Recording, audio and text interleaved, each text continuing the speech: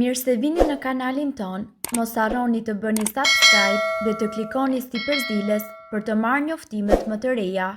Faleminderit! Nuk ju zë gjumi, mjeku zbulon sekretin si të flini për 60 sekonda.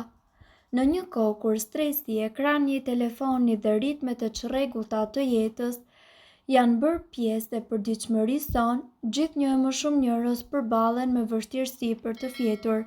Të mos flesh mirë ndikon direkt në humor, përqendrim, imunitet dhe në energji. Por lajmi i mirë është se ka disa metoda tepër të thjeshta, natyrale dhe të provuara të cilat mund të ndihmojnë për ta sjellë gjumin më shpejt. Rregullo ambientin e dhomës. Mund të duket si një detaj i vogël, por ndriçimi dhe njëkohësisht temperatura e dhomës tuaj luajnë një rol tepër të rëndësishëm tek gjumi. Sigurohuni që dhoma të jetë e errët me një temperaturë sa më të freskët dhe njëkohësisht përdorni perde të errta ose syze gjumi nëse ke ndriçim të jashtëm dhe mund të vendosësh edhe një aparat me zhurmë të bardhë për të qetësuar. Shmang telefonin para gjumit. Ekrani i telefonit apo televizori lëshon dritë blu e cila ngatëron trurin duke penguar prodhimin e melatoninës, hormoni që na ndihmon të bijem në gjumë. Përpiqu ta largosh telefonin të paktën 30 deri në 60 minuta para se të shtrihesh dhe të zëvendësoj atë kohë në një aktivitet më qetësues, si për shembull leximi i një libri fizik ose një bisede këndshme me familjarët. Bëj një dush të ngrohtë. Një dush i ngrohtë pak para gjumit e ndihmon trupin që të relaksohet dhe të kalojë më shumë kohë në gjendje qetësie. Ndihmon edhe në uljen e temperaturës së trupit, gjë e cila është një sinjal për trurin se është koha për të fjetur. Përdor teknika të frymëmarrjes. Një nga teknikat më të thjeshta dhe akoma edhe më efektive është ajo e quajtur 4-7-8. Merrni frymë për 4 sekonda, mbajeni për 7 dhe nxirreni ngadalë për 8 sekonda. Kjo teknikë ndihmon në uljen e ritmit të zemrës dhe qetësimin e stresit nervor. Përsërite atë për disa minuta dhe kështu do të ndjesh një ndryshim të menjëhershëm. Mos e detyro veten të flesh. Nëse nuk të zë gjumi pas 20 apo 30 minutash që ke qëndruar në shtrat, mos qëndro duke u rrotulluar nervozisht. Ngrihu, shko në një ambient më të qetë dhe bëj diçka më relaksuese pa ekran. Kur të ndjesh se po të zë gjumi, ktheu në shtrat. Mos konsumo kafeinë pasdite. Shumë shqiptare kanë zakon që të pinë kafe edhe në orët e vona të pasdites, por kafeina mundet të qëndrojë aktive në organizëm deri në 8 orë. Nëse ke probleme me gjumin, kufizoje veten vetëm në orët e pasdites dhe provo çajra relaksues si kamomili ose livando në mbrëmje. Gjithashtu, mbani një rutinë të përhershme gjumi. Trupi ynë ka një orë të brendshme ritmi cirkadian që funksionon më mirë kur ka një rutinë të rregullt. Përpiqu që të shkosh në shtrat dhe të zgjohesh në të njëjtën orë çdo ditë, madje edhe në fundjavë. Këtu ne do t'ju njohim me recetën më të mirë popullore e cila kuron pagjumsinë. Stresi i përditshëm ka një ndikim të madh në orët dhe në cilësinë e gjumit. Nga ana tjetër, pagjumësia mundet që të shkaktojë probleme serioze në shëndetin tuaj. Ndaj orët e pushimit gjatë natës munden që të kthehen në prioritet për çdo i cili ka orë të lodhshme pune. Ata të cilët kanë probleme me pagjumsinë provojnë çajin me banane dhe kanë thënë se rezultatet janë vërtet befasuese dhe fantastike në lidhje me shëndetin. Nga ana tjetër, bananet së bashku me lëkurën e tyre janë të larta në magnez edhe në kalium. Magnezi është jashtëzakonisht i rëndësishëm dhe i dobishëm sidomos në rastin e çrregullimeve të gjumit dhe sigurisht ofron qetësi.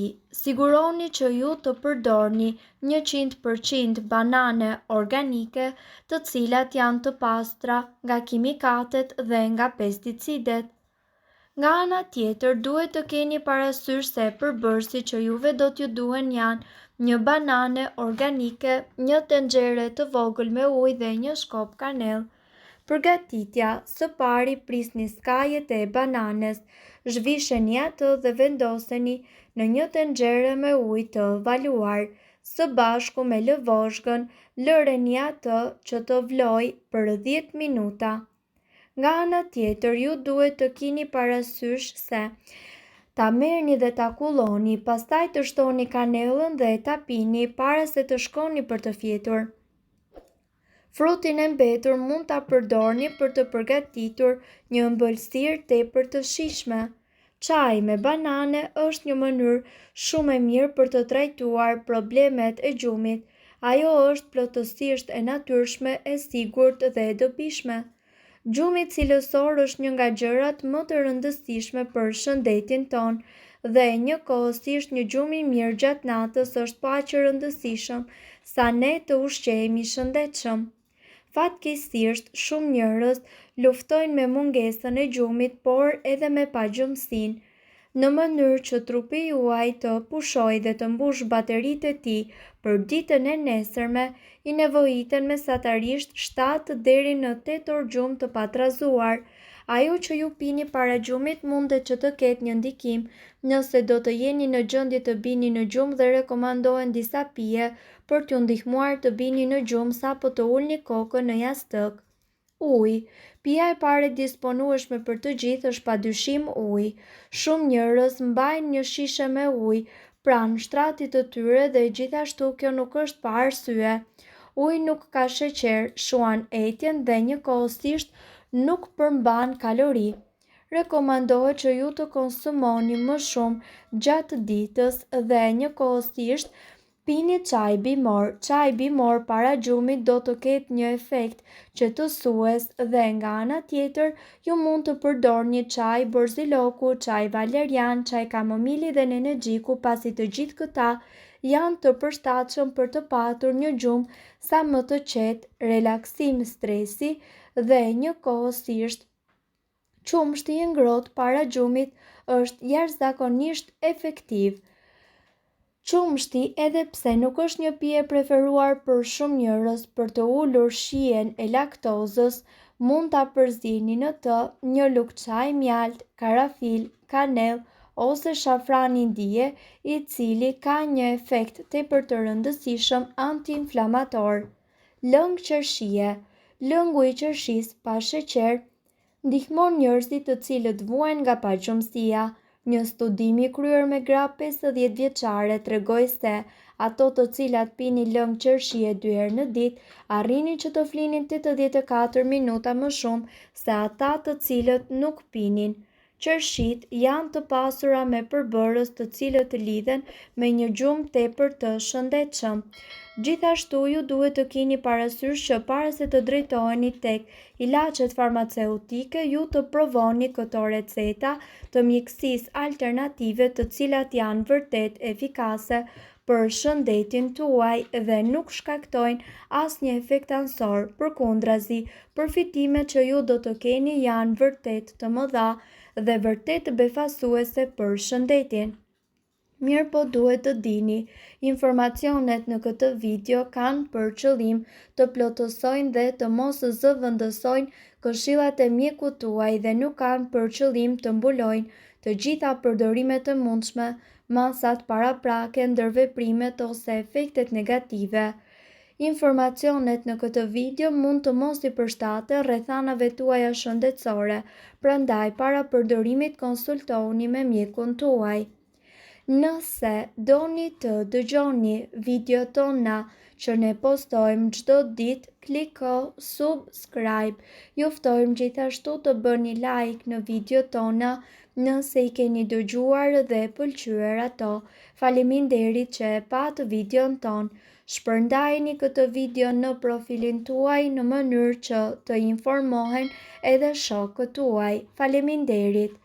Nëse ndonjë prej këtyre përbërësve ju shkakton alergji, e mira është që të mos i përdorni këto receta të mjekësisë alternative.